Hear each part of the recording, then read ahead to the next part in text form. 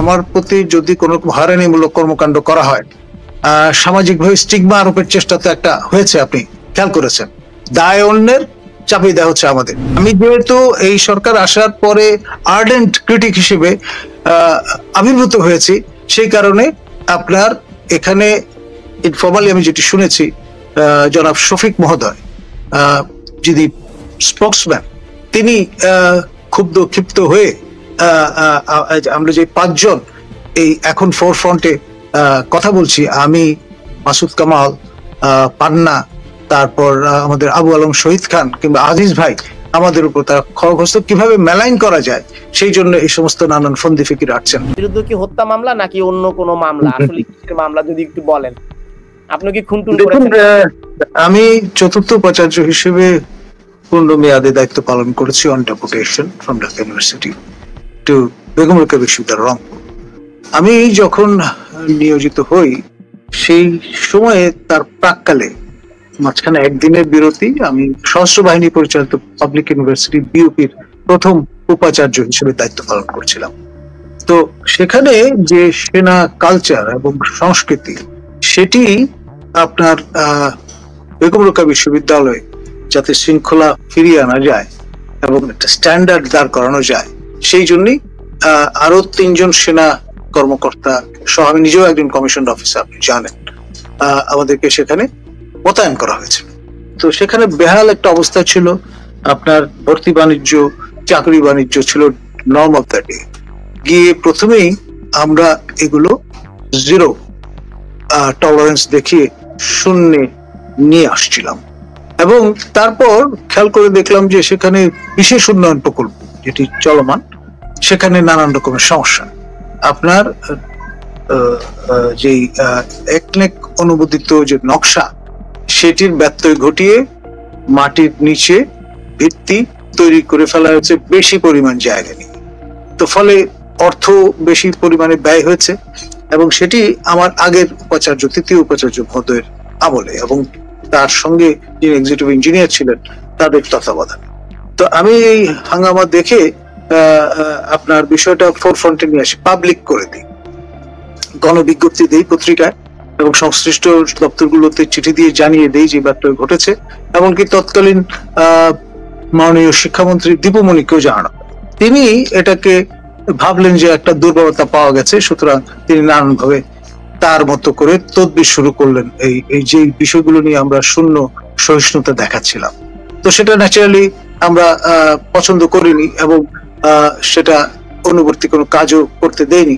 আমরা প্রকাশ্যে, আমি এবং আমাদের তৎকালীন রেজিস্ট্রার কর্নেল আবু মোস্তফা কামাল, ঢাকা যে রিপোর্টার সমিতি আছে, সেখানে প্রায় 14টা ইলেকট্রনিক মিডিয়া বা টেলিভিশনকে ডেকে আমরা লাইভ প্রেস কনফারেন্স করে আমাদের অবস্থান তুলে ধরি, এবং বলেছিলাম পরিষ্কার, আমার খেয়াল আছে যে মাননীয় তৎকালীন শিক্ষামন্ত্রী দীপুমণির আশ্রয় প্রশ্রয় এবং আশকারা এই জিনিসগুলো ঘটেছে।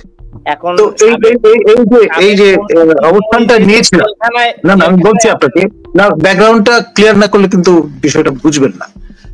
তারপরে দীপুমণি তার সর্বশক্তি ব্যয় করলেন, তার নিয়ন্ত্রণাধীন তৎকালীন বিশ্ববিদ্যালয় মঞ্জুরি কমিশন, সেখানে 7 বার চিঠি পাঠালেন।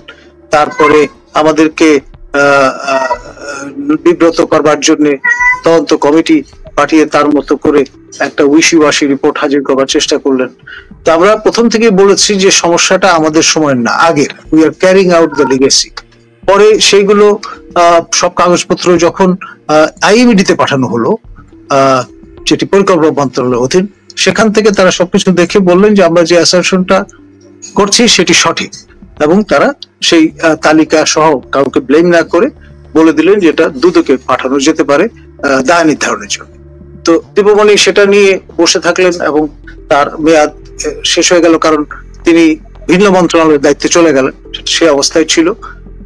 এই ওয়াহিদুদ্দিন মাহমুদ সাহেব যখন উপদেষ্টা হিসেবে দায়িত্ব নিলেন শিক্ষা মন্ত্রণালয়ের, তিনি তখন ওই যে পড়ে থাকা বিষয়টাকে দুদকে পাঠিয়ে দেন। দুদকে যাওয়ার পরে গত 10 মাস ধরে তারা আমাদের সঙ্গে কোনো যোগাযোগ নাই, কিছু নাই। হঠাৎ করে একটা ঘোষণা দিলেন যে আপনার এই বিষয়ে এই ব্যাপারে ঘটেছে। আমার তৃতীয় যিনি ভাইস চ্যান্সেলর ছিলেন প্রফেসর নুরুন নবী, আমি, তারপরে যিনি এক্সিকিউটিভ ইঞ্জিনিয়ার ছিলেন, যাকে আমরা বরখাস্ত করেছিলাম এইসব ব্যত্যয় ঘটানোর কারণে, এবং ঠিকাদার দুজনের নামে মামলা রুজুর ঘোষণা দিয়েছেন। এখন ব্যাপার সেটি হচ্ছে, আপনি যদি একটা ডিউ প্রসেসের মধ্যে তো যেতে হবে।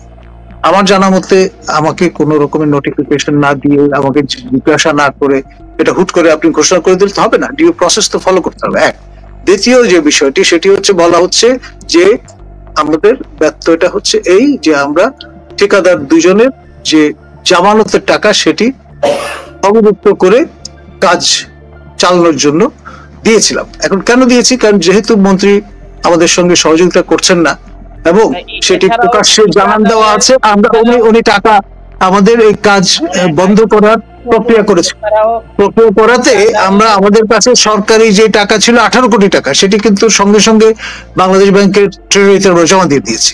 এখন ইতিমধ্যে ক্রয়কৃত যে উপকরণগুলো ছিল, যে উপকরণগুলো ছিল, ইট, সিমেন্ট, বালু, রড, সেগুলো নষ্ট হয়ে যাবে এই বিবেচনায় কমিটির মিটিং করে আমরা সেখান থেকে ছাড় করার ব্যবস্থা করেছিলাম, এবং ওই টাকা এখনো তাদের কাছেই আছে। তারা কিছু কাজ করেছেন, কিছু সমন্বয়ের জন্য রেখে দিয়েছেন, এবং তাদের কিন্তু আপনার নিয়োজিত রাখা হয়েছে। তারা কিন্তু টাকা নিয়ে চলে যাননি, টাকা তাদের কাছে আছে, আমাদের কাছে না। আমাদের কোনো অ্যাকাউন্টে ব্যক্তিগতভাবে আমরা কোনোভাবেই এর সঙ্গে যুক্ত না। যতক্ষণ প্রতিষ্ঠান প্রধান ছিলাম, প্রতিষ্ঠানের স্বার্থে, প্রতিষ্ঠানের প্রয়োজনে আমরা এই দায়িত্বটি পালন করেছি। এটার সঙ্গে যোগ সাজস, টাকা আত্মসাৎ কিংবা আপনার অপচয়, সেটার কোনো সুযোগ নেই এ ধরনের অভিযোগ উত্থাপন করা। বিষয়টা প্রসিডিওরাল। যেটি বলা হচ্ছে সেটা আমার আগের ভাইস চ্যান্সেলর, তিনি 30 কোটি টাকার একটা ঝামেলা করে রেখে দিয়েছেন, সেটা আমরাই আগে বিষয়টা আইডেন্টিফাই করেছি। এবং যদি সত্যি প্রতিষ্ঠার জন্য আপনার নিয়ম শৃঙ্খলার মধ্যে সবকিছু চেষ্টা করা হয়, সেটাকে অ্যাপ্রিসিয়েট করা উচিত। সেটাকে ভবিষ্যতে এই যে দৃষ্টান্তটা তারা স্থাপন করলেন, যে কেউ যদি সত্যি কথা বলে, কেউ যদি অনিয়ম তুলে ধরে, সেটাকে স্ট্রেইটেন করার চেষ্টা করে, সেটাকে উৎসাহিত করা উচিত। ভবিষ্যতে কেউ দায় নিয়ে তো কাজ করতে চাইবে না। ঠিকাদার প্রতিষ্ঠান যে জামানত রেখেছিল, সেই জামানতের অর্থ দিয়ে আপনি এফডিআর করে 4 কোটি টাকা আত্মসাৎ করেছেন কিনা? প্রশ্নই আসে না। I will be the last person to do that, এবং এটা নিয়ম মেনেই আমরা করেছি।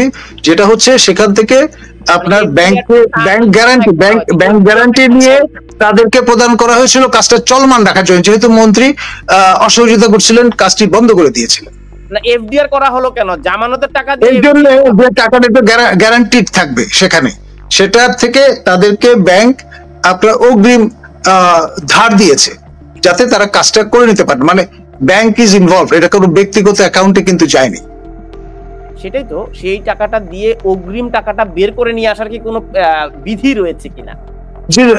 যেহেতু কাজটি চলতে হবে, এটা একটা এক্সট্রাঅর্ডিনারি একটা সিচুয়েশন, আপনাকে বুঝতে হবে। স্বয়ং ক্ষমতাসীন মন্ত্রী যখন অসহযোগিতা করছেন, আপনি তো প্রতিষ্ঠানের জন্য যে উপকরণগুলো ক্রয় করা হয়েছে সেগুলো তো নষ্ট করতে দিতে পারেন না একজন দায়িত্বশীল ব্যক্তি হিসেবে। Nothing personal. এবং সেই টাকা তারা স্বীকার করেছেন তাদের কাছে আছে, তারা সমন্বয় করে নেবেন। এবং তাদেরকে কিন্তু আমি নিয়োগ দেইনি, আগে থেকে নিয়োগ দেওয়া হয়েছিল আগের ভাইস চ্যান্সেলর আমলে, এবং তারা এখনো নিয়োজিত আছে। তাহলে বঙ্গবন্ধু স্কলারশিপ নিয়ে অর্থ আত্মসাতের অভিযোগ রয়েছে। আপনি আপনার পছন্দের ব্যক্তিদেরকে বঙ্গবন্ধু স্কলারশিপের প্রশ্নই আছে না। বঙ্গবন্ধু স্কলারশিপের সঙ্গে আমার কোনো সম্পর্ক নেই হোয়াটসঅ্যাভার। এটার সঙ্গে সম্পর্ক যদি থাকে, মন্ত্রণালয়ের আছে, প্রধানমন্ত্রীর সচিবালয় আছে, আমাদের বেগম রোকেয়া বিশ্ববিদ্যালয়ের সঙ্গে এটার কোনো সম্পর্ক নেই। আপনি কোন ধরনের বিজ্ঞাপন প্রকাশ করেননি, কোনো প্রজ্ঞাপন, মানে কোনো সার্কুলেশন না দিয়ে আপনি এই স্কলারশিপের অর্থটি আপনার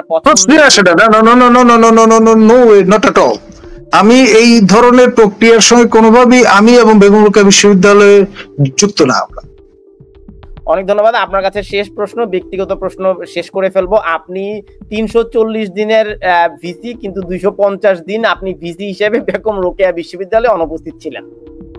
আমার অন্যায়টা হয়েছে, আমি প্রতিদিন 20 থেকে 22 ঘন্টা কাজ করেছি, উইকেন্ডেও কাজ করেছি প্রতিষ্ঠানটাকে ট্র্যাকে আনার জন্য। আমি যেটি করতাম, দিনের বেলা অফিস করতাম, আপনার রাতের বেলা এসে অফিস করতাম। ঢাকার যে আমাদের অফিস ছিল, এখানে রাত 12টা পর্যন্ত ফাউন্ডেশন ট্রেনিং চলত, সেগুলো তত্ত্বাবধান করে আবার আমি চলে যেতাম, কখনো গাড়িতে, কখনো এরোপ্লেনে। এবং সেটি জন্য বিশ্ববিদ্যালয়কে আমি কিন্তু এই অর্থ সংস্থান করার জন্য পাবলিক মানি খরচ করার কোনো ঝামেলায় ফেলিনি।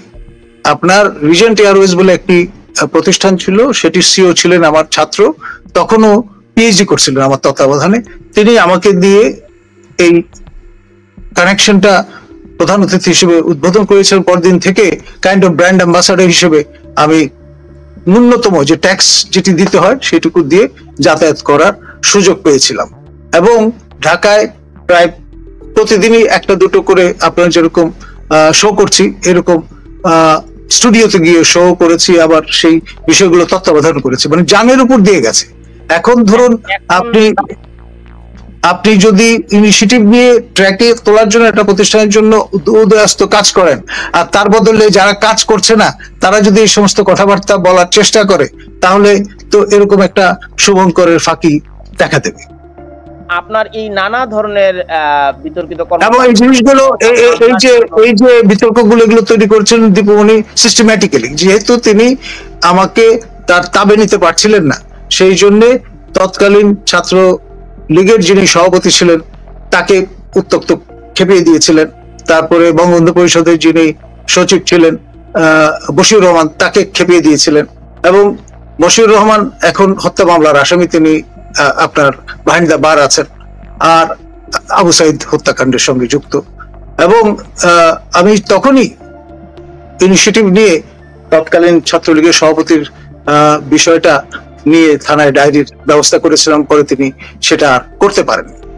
সব জায়গায় আমরা জানিয়ে দিচ্ছিলাম চিঠি দিয়ে যে এই ধরনের কর্মকাণ্ড। আমরা যেহেতু অন্যায়কে প্রশ্রয় দেয়নি এবং দীপুমণির সঙ্গে তাল মেলাইনি, সেই জন্যই তিনি আপনার খড়গহস্ত হয়ে নানান ভাবে বিতর্ক তৈরির চেষ্টা করেছেন, যেটির আমি প্রটেস্ট করেছি। কর্মকাণ্ডের কারণে আপনি কোনোভাবে ভীত সন্ত্রস্ত কিনা, যে কোনো সময় আপনাকে গ্রেফতার করা হবে এমন ভয় আপনার রয়েছে কিনা?